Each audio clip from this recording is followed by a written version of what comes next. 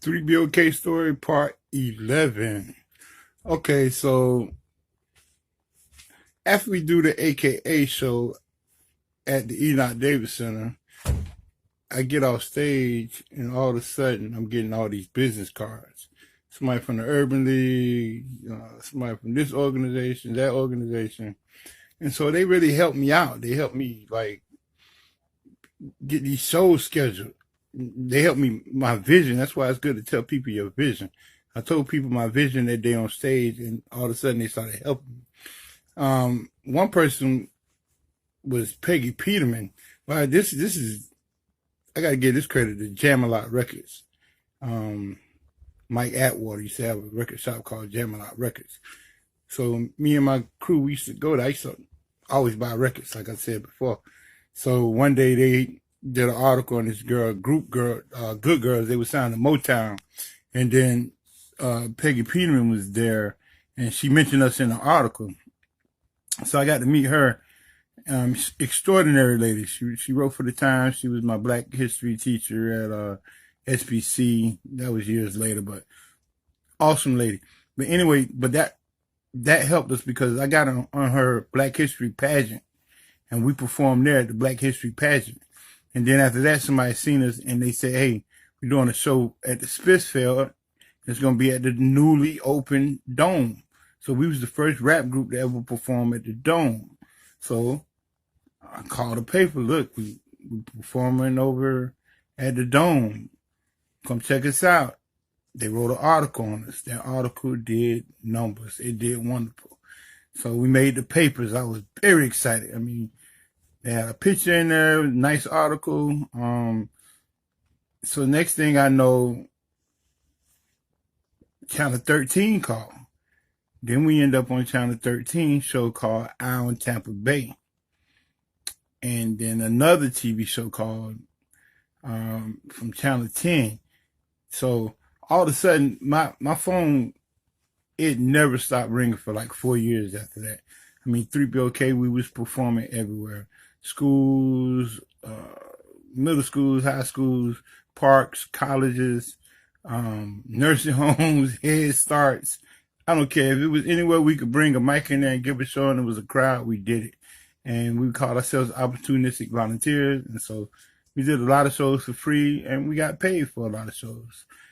Town Square Mall, Bay Area Outlet Mall. We was doing it big at this point. So 3BOK, I'm going to sign off here. Started performing a lot of places. Peace. I'm out.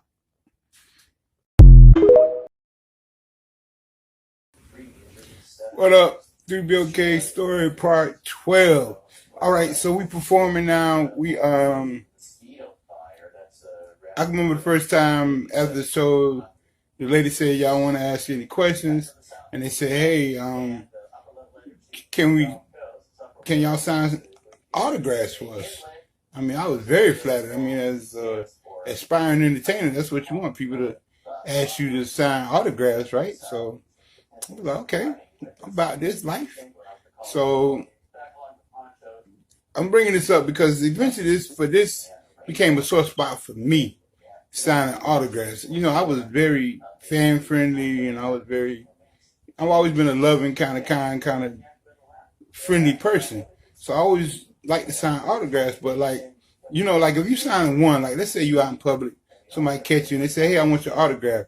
That's a very like simple thing to do. It's flattering. It's cool. I mean, even if you're at dinner and it's just one person, it don't really bother me. I don't mind signing an autograph. But it became a sore spot for me because after we did the show at the Dome, it was like 10,000 kids there, and everybody wanted an autograph. And so we had to sign. We didn't sign all the autographs, but we signed a whole bunch of them that day. And people just kept shoving papers in our face, like, sign my autograph. I just seen papers get shoved in my face. So every show we did was usually big shows, and just people would just shove papers in your face. It'd be like rude. So eventually, I would kind of start hiding after shows. I would come out late. Well, you know, a lot of times I was the business person, so we was getting paid. I would have to go talk to whoever invited us to the show to get our paper, and so I was left off the set. while they signed the autographs. I was the star of the group, so I had to sign some autographs, but I just hated signing autographs. I hate to spend the whole 3 minutes on this, but let me say something of substance. I don't know. Okay, we opened up for a few good groups. We opened up for the Dogs, Clay D, and Jam Pony down there in Manatee. That was a good show. We did damn good. We got into a big argument during rehearsals because I wanted to diss all the groups. Remember, I was from up north, and I just was, up north rappers was cocky, and I was just like, we the best group here. We don't like the booty shake music and all that. But these niggas growed up. Everybody else in my group growed up in St. Petersburg, Florida. So we got into a real heated argument about that. So I ended up seeing they like, eventually, I got jumped when I first got here. So by some dudes in high school. So eventually you just got to learn to respect where you at. So I respect and I love St. Petersburg, Florida. 3BOK story part 13. I was talking about, we got into a big argument about this show with Clay D and the Dogs and all that.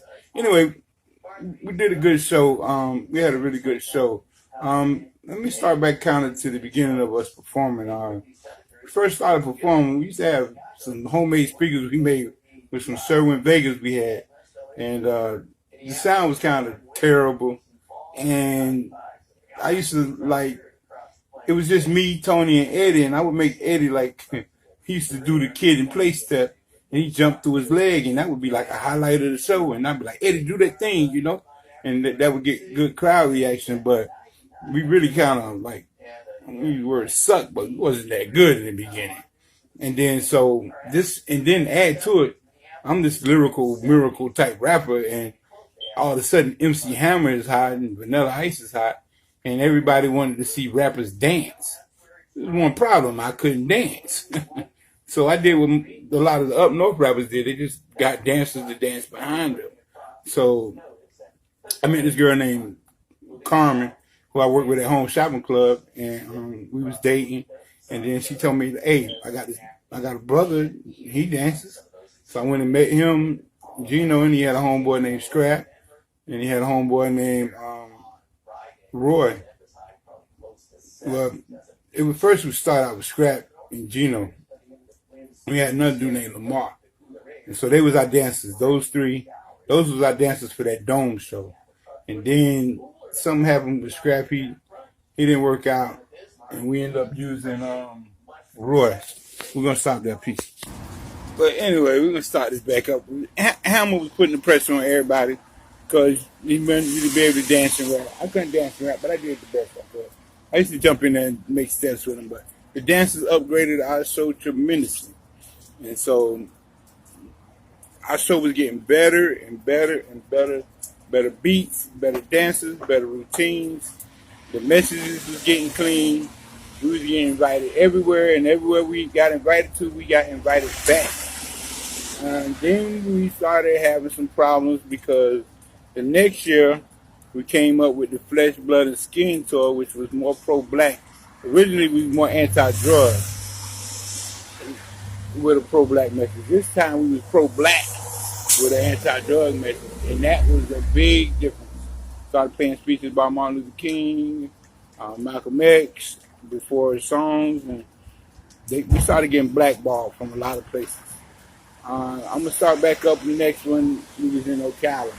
We got blackballed from that piece. 3BOK part 14. So I was talking about us doing shows and upgrading our shows, and we had got dances. Okay, so, we started running into problems because the Flesh, Blood, and Skin tour, we started becoming a little more radical. This is why I was telling you about these racist incidents earlier in the videos, because this was shaping my mind. Like, I was really like a peaceful, loving dude, like Martin Luther King, can we all just get along type guy. But now I'm starting to get militant. And then on top of that, well, let me go to Ocala first. I got arrested, but let me just go before the arrest. We go George Steinbrenner, his wife, seen us do a show for Mars Brothers. We did a fashion show for Mars Brothers out on the beach, and she seen us, and she invited us up to Ocala, where they had a horse farm, to do 3 schools up there, and they was gonna pay us $500. So we got up there, we having the time of our life. Brought a video camera, we filming videos, we just clowning, we having fun. We go do the first show, it's a hit. I mean, they going bananas. But a girl interviewed us, and I think she was deaf, if I ain't mistaken. But I know she misquoted me, and I jumped on. I was like, look, don't misquote me. You know, don't put that in the paper. And so then we started rapping, and once again playing the speeches about Martin Luther King, Malcolm X before I rap, and then we had the song "Flesh, Blood, and Skin," which I was talking about earlier. But in the song, I say, let's take away the stereotypes. A nigga be black, a cracker be white. And so, all right now, and rap was still new, so they really didn't understand what I was saying, like the whole rap. They just heard nigga and cracker. So when they heard that, they canceled the rest of our shows, and they sent us back home, and they only paid us half of the money. And so that really was a heartbreaker, because this was our first time traveling outside of the Bay Area to do a show, and it was looking like this was going to be like a blow-up moment, like for us to start going around the country, going around different states.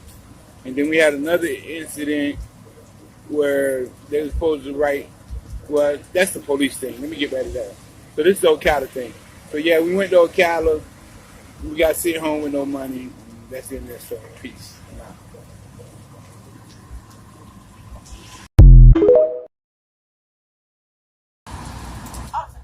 3BOK story part 15. Alright, where was that? We was talking about they sent us home from Ocala. They only gave us half the money. I canceled the rest of the show. Well, one good thing came out of that article. Elijah Gozier, he wrote an article on our group, and I thought it was the best newspaper article ever written on our group, because he really got it. And so me and him ended up being close. Elijah Gozier. I did a show at JDC, which is the juvenile jail, and invited him to speak. I did learn something from that. Just because people write good doesn't mean that they're good speakers. He was not a good speaker, but he was a hell of a writer. Shout out to Elijah Gozier. That was the theme. I befriended a lot of the journalists because I liked to get in the newspaper, because once we got in the newspaper, they gave us more shows. So that's a good time to set up the police story. So I was coming home one night.